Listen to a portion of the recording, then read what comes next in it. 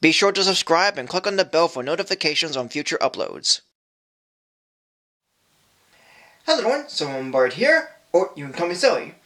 Well, I figured to do another double feature review, but this time there are sequels to well-known movies. I saw them both in theaters, they both came out on the same day in October, and they're both at a short length of time.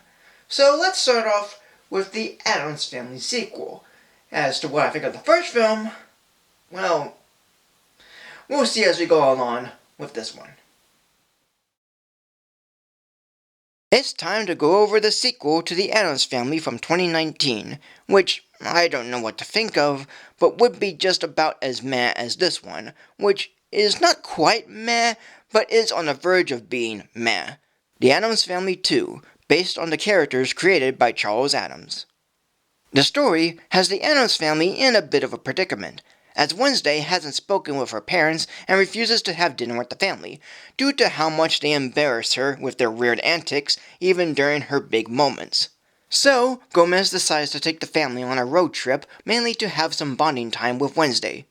But certain things take a turn, no pun intended, when Wednesday soon finds out some secrets she didn't know.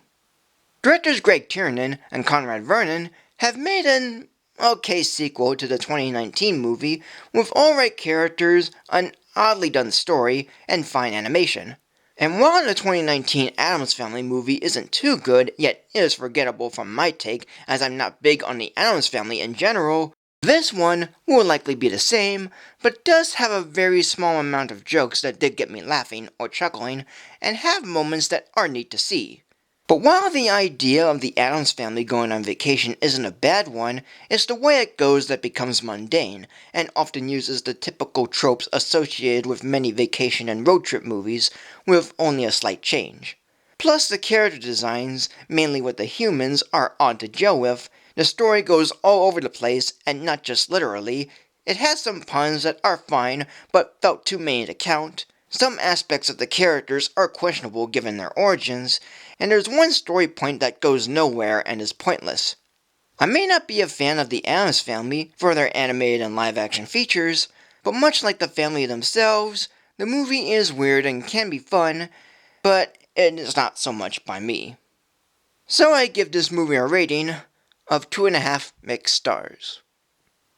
Now that we're done with the Addams Family, let's take a look at the sequel to Venom, which is better than this Addams Family film, but is it as good as the first Venom film? Let's find out.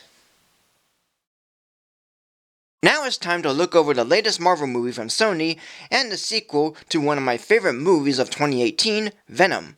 It's the highly anticipated, yet generally decent one for me, Venom, There Be Carnage, based on the characters from Marvel Comics.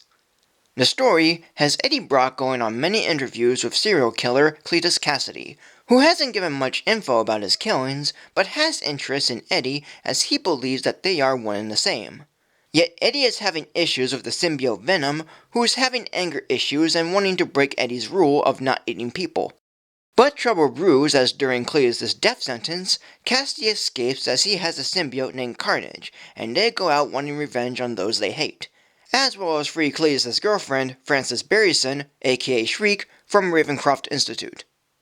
Director Andy Serkis has done a pretty neat job of making a Venom sequel that's about as good as its predecessor, with fun characters, a nice story, and fun effects.